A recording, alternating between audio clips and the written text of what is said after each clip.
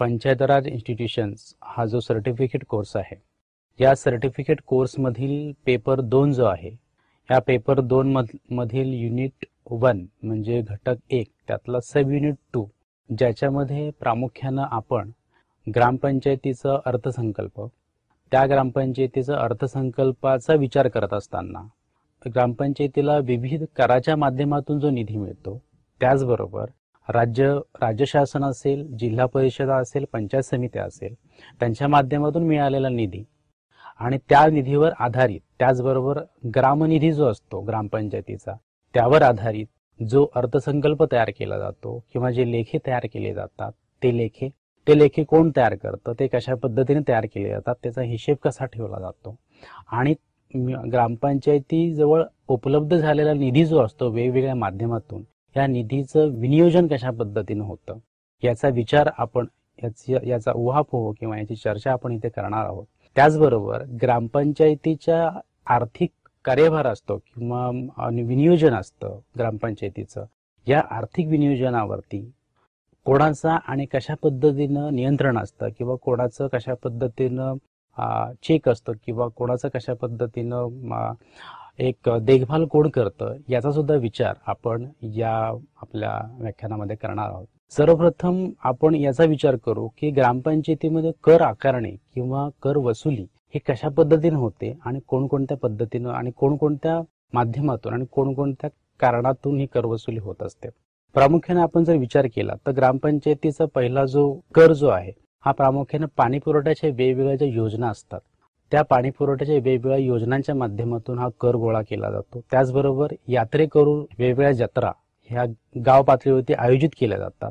त्या आयोजित केलेल्या जत्रा असतात, त्या जत्रांच्या माध्यमातून सुद्धा काही कर गोळा केला जातो. त्याचबरोबर काही करमणुकीचे कार्यक्रम असतात, त्या करमणुकीच्या कार्यक्रमासाठी काही तिकीटं वाटायची असतात किंवा करमणुकीच्या कार्यक्रमावरती काही कर लादायचा असतो, त्याच्या माध्यमातून काही कर हा गोळा होत असतो. त्यानंतर गाव पातळीवरती वेगवेगळे व्यवसाय असतात, काही स्थानिक लोकांचे व्यवसाय असतात किंवा वेगवेगळे लघुउद्योग असतात. हे लघुउद्योग किंवा स्थानिक लोकांचे व्यवसाय असतात, त्या व्यवसायांवरती काही कर असतात, लघुउद्योगांवरती काही कर असतात. त्या कराच्या माध्यमातून या ग्रामपंचायतींना कर वसूल करता येत असतो. त्याचबरोबर वेगवेगळ्या बाजारपेठा असतात, ग्रामीण पातळीवरती बाजारपेठा असतात, गुरांचे बाजार असतात किंवा वेगवेगळ्या पद्धतीच्या बाजारपेठा असतात. या बाजारपेठांवरती सुद्धा कर लादला जातो आणि त्या बाजारपेठांवरती माल विकण्यासाठी सुद्धा एक विशिष्ट असा पद्धतीचा कर असतो.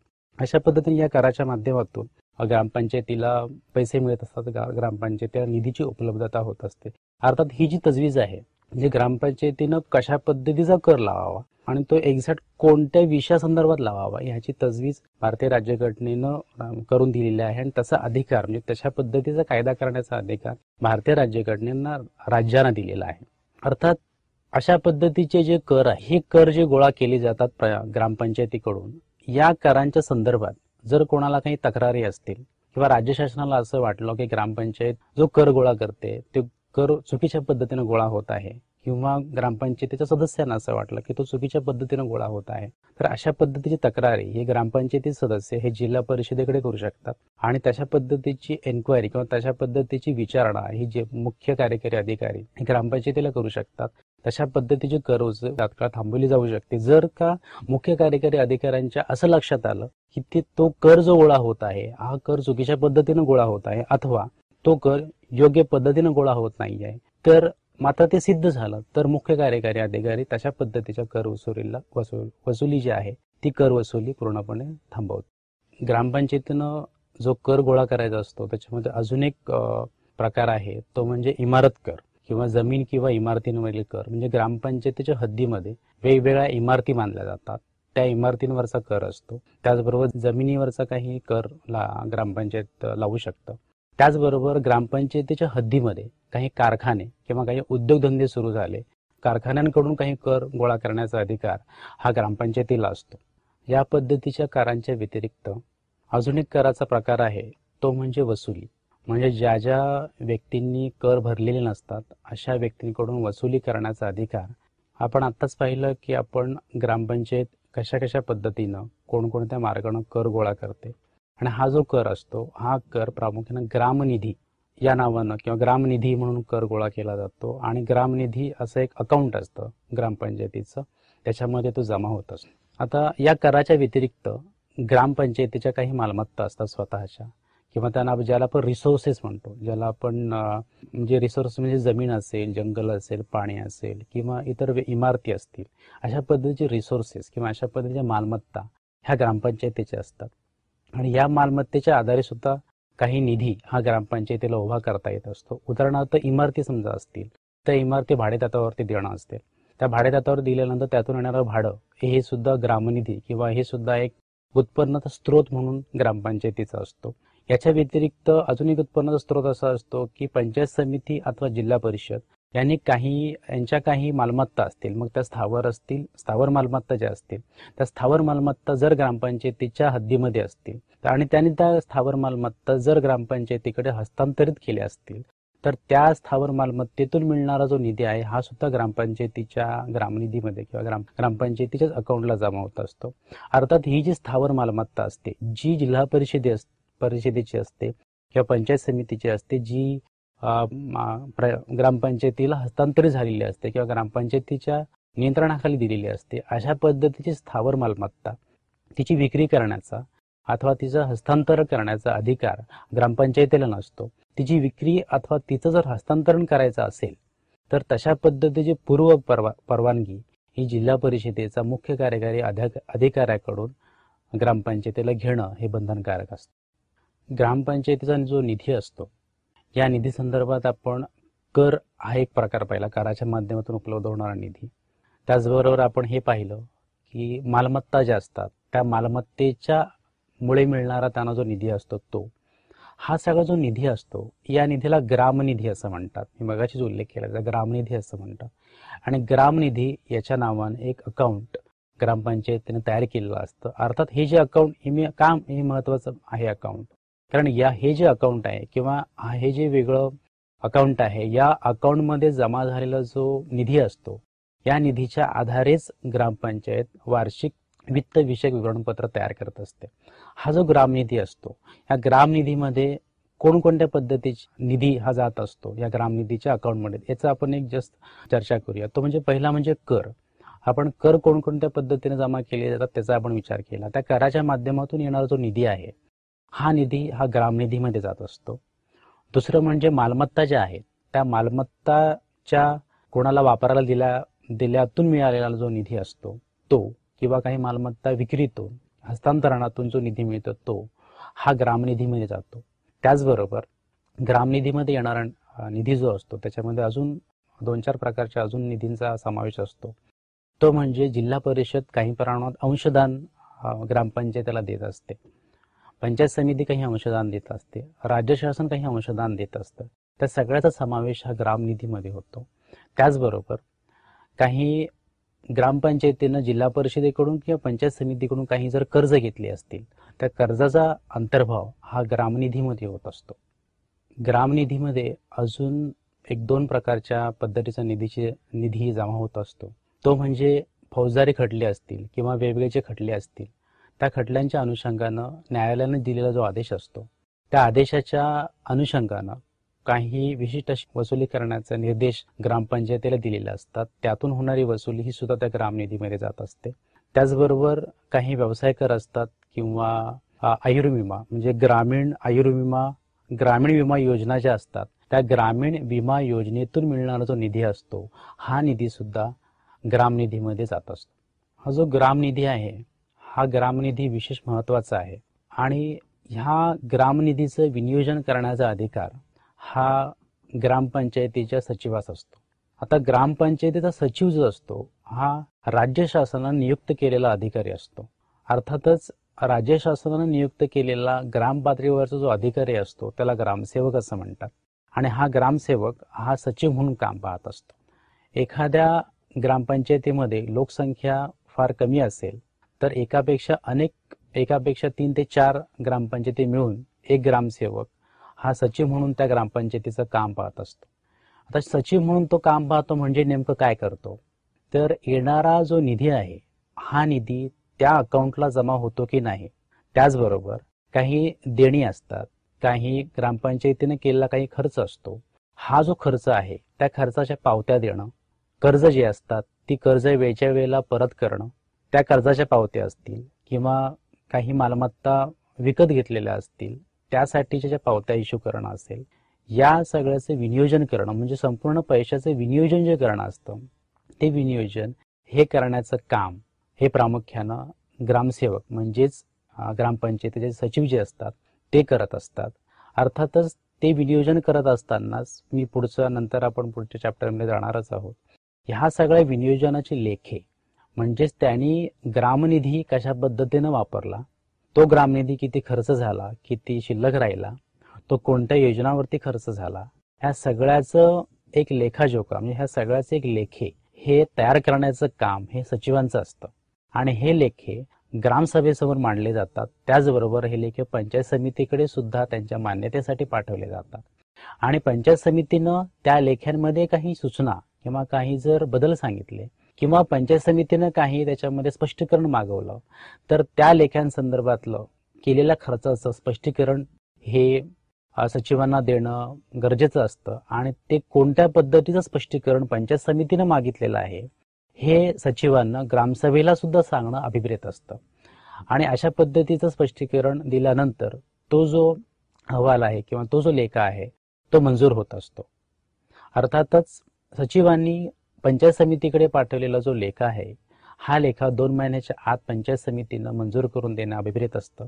पंचायत समितीनं तो जर 2 महिन्याच्या आत मंजूर नाही केला तर तो मंजूर झाला असं समजलं जातं.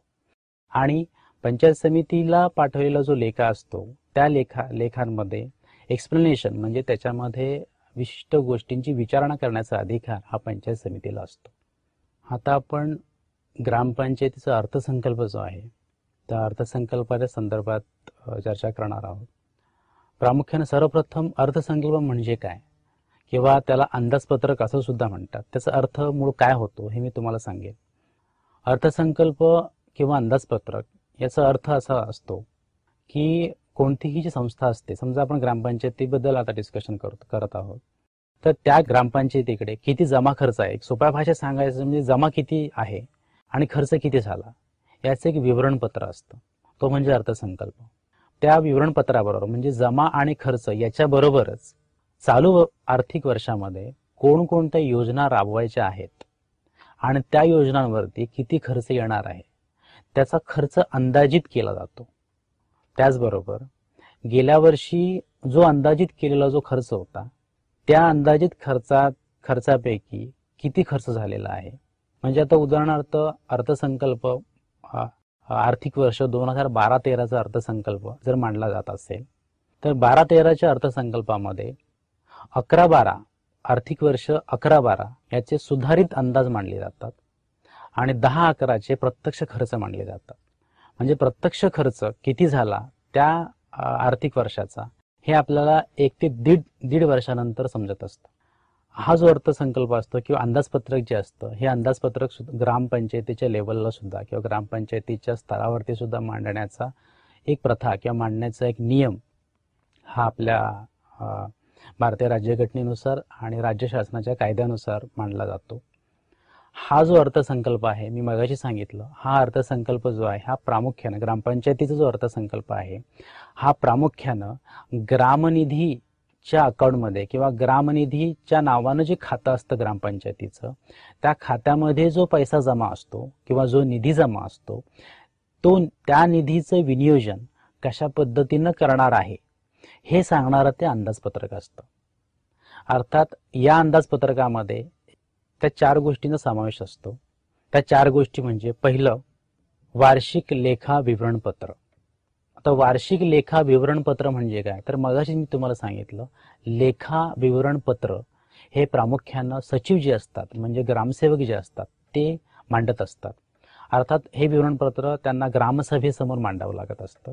विवरणपत्र म्हणजे काय तर मी मगाशी सांगितलं की गेल्या वर्षामध्ये किती खर्च झाला आणि या वर्षी नेमका किती खर्च करायचा आहे म्हणजे जमा किती आहे आणि एकूण खर्च किती आहे या दोघांचं विवरणपत्र हे ग्रामसभेसमोर मांडायचं असतं. त्याला वार्षिक लेखा विवरणपत्र असं म्हणतात. त्या लेखा विवरणपत्र असं का म्हणतात तर झालेला जो खर्च आहे त्या खर्चाचं ऑडिट हे सचिवांना करणं अभिप्रेत असतं. ऑडिट करणं म्हणजे झालेला खर्च आणि जमा याचा ताळमेळ जुळवण्याचा जो एक पद्धत आहे त्याला ऑडिट असं म्हटलं जातं. आणि तो ऑडिट करून ते विवरणपत्र सादर करायचं असतं सचिवांना. दुसरा प्रकार त्याच्यामध्ये असा असतो, मागील वर्षीचा प्रशासनिक अहवाल. मागील वर्षीचा प्रशासनिक अहवाल द्यायचा असतो. आता मागील वर्षीचा प्रशासनिक अहवाल म्हणजे काय, तर प्रशासन म्हणून ग्रामपंचायतीनं जी केलेली कामं असतात किंवा ग्रामपंचायतीनं ज्या ज्या काही योजना हाती घेतलेल्या असतात मागील वर्षामध्ये, त्या योजनांची रूपरेषा काय होती आणि त्या योजनांचं काय झालं, म्हणजे त्याच्यामध्ये काय अभिप्रेत होतो आणि कशा पद्धतीने त्या इम्प्लिमेंट झाल्या किंवा आता कशा पद्धतीने त्यांची अंमलबजावणी झाली, याचा एक लेखाजोखा, याचा एक म्हणजे एक अहवाल, हा ग्रामपंचायतीच्या कार्याचा एक अहवाल, त्याला प्रशासनिक अहवाल, जे प्रशासनाचा त्यांचा अहवाल, हा अहवाल हा सादर केला जातो. तिसरा जो पार्ट आहे तो आहे चालू वित्तीय वर्षामध्ये ग्रामपंचायतीला ज्या वेगवेगळ्या योजना राबवायच्या आहेत किंवा ग्रामपंचायतीला ज्या वेगळे कार्यक्रम राबवायचे आहेत, त्या वेगवेगळ्या कार्यक्रमांसाठी आणि त्या वेगवेगळ्या योजनांसाठी किती खर्च येणार आहे, कोणकोणत्या योजना राबवल्या जाणार आहेत, कोणकोणते कार्यक्रम राबवले जाणार आहेत आणि त्या कार्यक्रमातून गावाचा कशा पद्धतीने विकास होणार आहे आणि गावाला कोणत्या पद्धतीच्या विकासाची गरज आहे आणि जो निधी आहे म्हणजे ग्रामनिधी जो आहे तो ग्रामनिधी प्रामुख्यानं कोणत्या कारणासाठी खर्च केला जात आहे याची एक माहिती ही याच्यामध्ये दिलेली असते.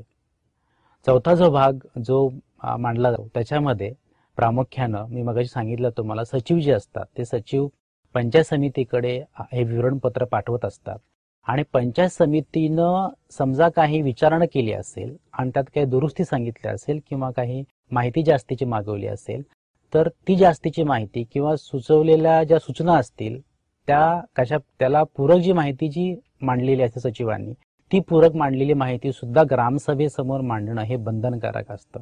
त्यामुळे हा चौथा भाग आहे किंवा चौथं एक डॉक्युमेंट आहे जे सचिवांना म्हणजेच ग्रामसेवकांना ग्रामसभेसमोर मांडावं लागतं. पाचवा जो भाग आहे किंवा पाचवं एक डॉक्युमेंट असं आहे, आपण 4 डॉक्युमेंट पाहिले. एक पहिलं डॉक्युमेंट किंवा पहिलं पाहिलं की वार्षिक विवरणपत्र. दुसरं आपण पाहिलं मागील वित्तीय वर्षाचा प्रशासनिक अहवाल आपण पाहिलं. तिसरं पाहिलं चालू वित्तीय वर्षामध्ये ज्या योजना आहेत किंवा जे कार्यक्रम आहेत ते योजना अथवा कार्यक्रम जे राबवायचे आहेत ते कशा पद्धतीने राबवायचे वगैरे त्या संदर्भातला एक विवरणपत्र किंवा तशा पद्धतीचा एक कार्यक्रम पत्र एक सादर करायचं असतं. आणि चौथा आपण पाहिला की जो लेखा अहवाल असतो तो पंचायत समितीकडे पाठवल्यानंतर पंचायत समितीनं त्याच्यामध्ये काही चेंजेस सांगितले असतील किंवा पंचायत समितीनं काही विचारणा केली असेल तर त्याला पूरक म्हणून काही माहिती सचिवांनी जी सादर केलेली असते ती पूरक माहिती ग्रामसभेसमोर सुद्धा मांडली जाते.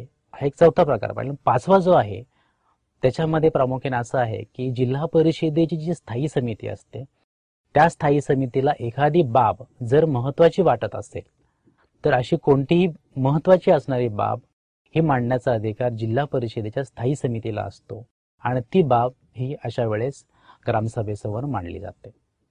आपण आता अर्थसंकल्प संदर्भात चर्चा करत आहोत. हा जो अर्थसंकल्प आहे याला हा जो मांडला जातो अर्थसंकल्प हा ग्रामपंचायत अधिनियम जो आहे, ग्रामपंचायत अधिनियम कलम 62 अनुसार हे ग्रामपंचायतीला अर्थसंकल्प व लेखी जे आहेत ते ग्रामसभेसमोर मांडावे लागत असतात. मी अर्थसंकल्पाचा आपणाला अर्थ सांगितला, अर्थसंकल्पाचं जे महत्व आहे ते महत्व तुम्हाला सांगितलं.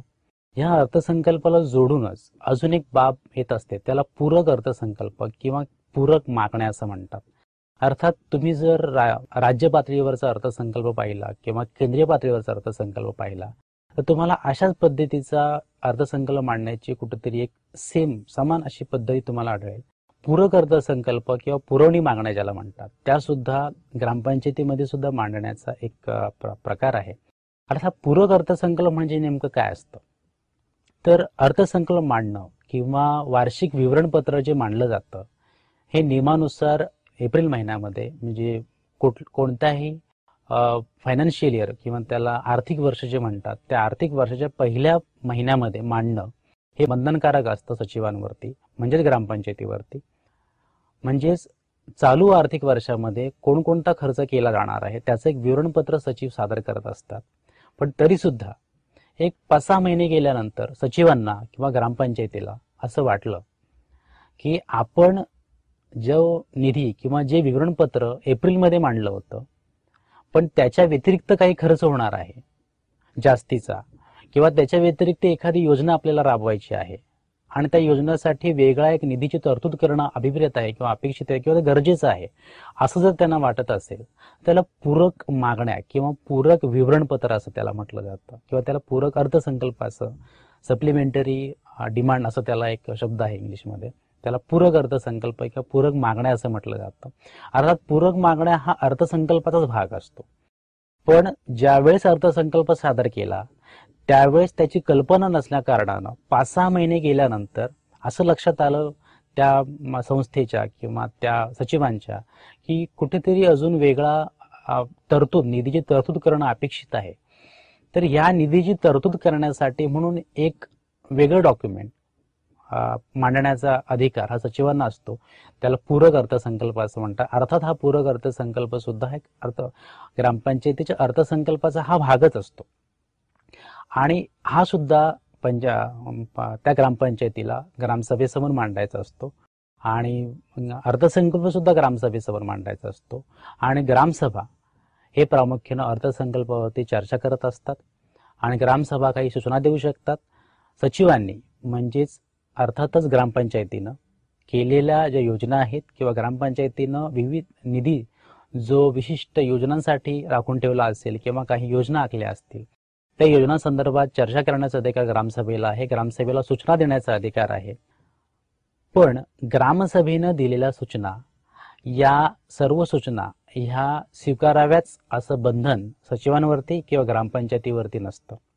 त्याचबरोबर अर्थसंकल्पाबाबत एक महत्त्वाची दुसरी गोष्ट अशी आहे की अर्थसंकल्प जेवढ्या निधीचा केलेला आहे किंवा तो अर्थसंकल्प ज्या वेळेस पंचायत समितीकडे तो पारित होण्यासाठी पाठवला जातो किंवा लेखी जेव्हा पंचायत समितीकडे पाठवले जातात, विवरणपत्र जेव्हा पाठवलं जातं, त्या विवरणपत्रामध्ये ग्रामपंचायतीने निर्धारित केलेला निधी जो आहे तो निधी वाढवण्याचा अधिकार पंचायत समितीला नसतो किंवा तो कमी करण्याचा सुद्धा नसतो. फक्त पंचायत समिती त्यांना त्याच्याबद्दल काही एक्सप्लेनेशन असेल तर ते फक्त विचारण्याचा अधिकार हा पंचायत समितीला असतो.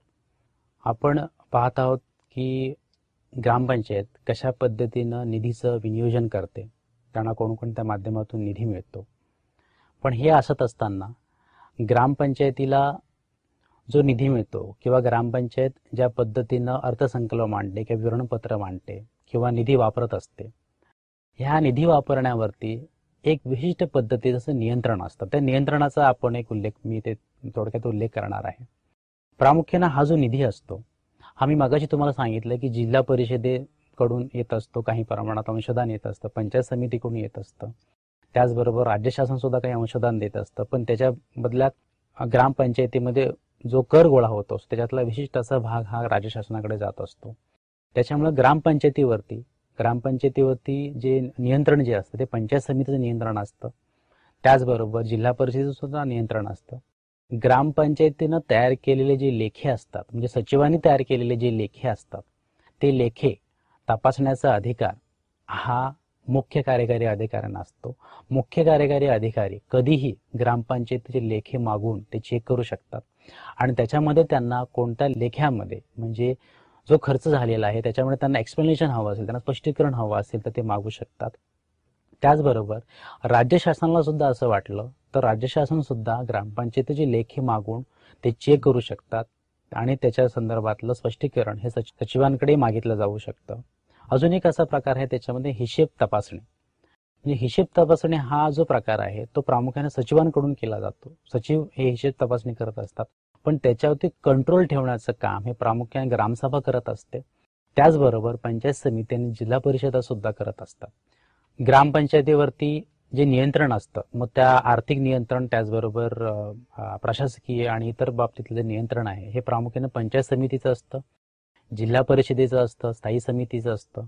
त्याचबरोबर मुख्य कार्यकारी अधिकारी जे असतात जिल्हा परिषदेला त्यांचं नियंत्रण त्याच्यावरती असतं. मी मागाशी सांगितलं की मुख्य कार्यकारी अधिकारी जे आहेत त्यांना लेखी मागून घेऊन ते चेक करण्याचा अधिकार हा मुख्य कार्यकारी अधिकाऱ्यांना आहे. त्याचबरोबर सरपंच, उपसरपंच यांच्याबाबतची यांची गैरवर्तणूक असेल तर त्यांच्यावरती कारवाई करण्याचा, त्याचबरोबर सदस्यांवरती काही गैरवर्तणूक सदस्यांची असेल त्याच्यावरती कारवाई करण्याचा अधिकार सुद्धा मुख्य कार्यकारी अधिकाऱ्यांना आहे. त्याचबरोबर पंचायत समिती जी आहे, ग्रामपंचायत जी आहे, त्या ग्रामपंचायतीचे जे हिशेब ठेवले जातात किंवा जे हिशेब तपासणीचं जे काम आहे प्रामुख्यानं त्याच्यावरती नियंत्रण ठेवण्याचं काम मुख्य कार्यकारी अधिकारी करत असतात. म्हणजेच ग्रामनिधी जो असतो तो ग्रामनिधी योग्य पद्धतीने जमा झाला की नाही हे प्रामुख्याने चेक केलं जातं. त्याचबरोबर वेगवेगळे जे अकाउंट आहेत, म्हणजे आता उदाहरणार्थ ग्रामनिधीमध्ये कोणत्या पद्धतीचा निधी जायला हवा तो बरोबर त्याच पद्धतीचा निधी हा ग्रामनिधीमध्ये जात आहे का हे पाहण्याचं काम हे प्रामुख्याने केलं जातं.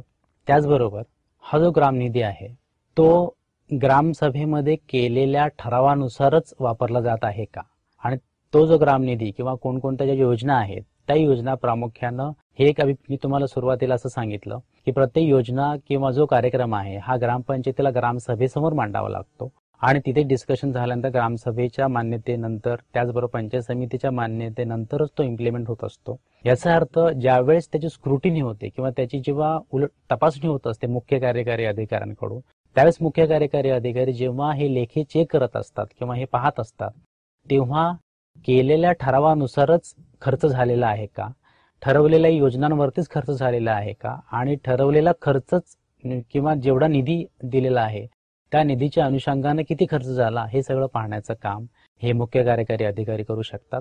त्याचबरोबर हे जे सगळे लेखे आहेत किंवा सगळे जे हिशेबाची जी पत्रक आहेत किंवा त्याला विवरणपत्र जे आहेत हे विवरणपत्र ही सचिवांना प्रत्येक वेळेस ग्रामसभेसमोर मांडावी लागतात आणि ग्रामसभेसमोर मांडल्यानंतर ग्रामसभेला सुद्धा हा अधिकार आहे की त्यांनी वर्षाच्या सुरुवातीला, म्हणजे मगाशी सांगितलं की वर्षाच्या सुरुवातीला म्हणजे एप्रिल महिन्यामध्ये ज्या पद्धतीनं विनियोजन करायचं असं जे ठरलं होतं त्या पद्धतीने विनियोजन होत आहे की नाही हे पाहण्याचा अधिकार सुद्धा ग्रामसभेला आहे. तशा पद्धतीची चर्चा करण्याचा सुद्धा अधिकार ग्रामसभेला आहे आणि हे सगळे विवरणपत्र जे आहेत किंवा हे जे सगळे लेखे आहेत हे मंजूर करून घेण्याचं काम हे सचिव हे करत असतात. वर्षातून मिनिमम 2 वेळा ग्रामसभा बोलवायची असते 6 महिन्यानंतर आणि त्यांच्यासमोर ग्रामसभेसमोर हे लेखे किंवा हा जो सगळा खर्च आहे हा सचिवांना मांडायचा असतो आणि त्याच्यावरती ग्रामसभेची परमिशन घेऊन किंवा ग्रामसभेची मान्यता घेऊन ग्रामसभेच्या काही सूचना असतील त्या सूचना घेऊन तशा पद्धतीचा अहवाल हा पंचायत समितीला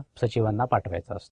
अशा पद्धतीनं ग्रामपंचायतीच्या आर्थिक कारभारावरती नियंत्रण, त्याचबरोबर हा जो आर्थिक कारभार कशा पद्धतीने चालतो याचा आपण इथे उहापोह केलेला आहे. त्याचबरोबर हा जो आर्थिक कारभार आहे तो आर्थिक कारभार चालवण्यासाठी त्यांना कशा पद्धतीने निधी उपलब्ध होतो, मग कराच्या माध्यमातून असेल अथवा त्यांची जी मालमत्ता असेल स्थावर अथवा जंगम याच्या माध्यमातून हे आपण याच्यामध्ये पाहिलेलं आहे.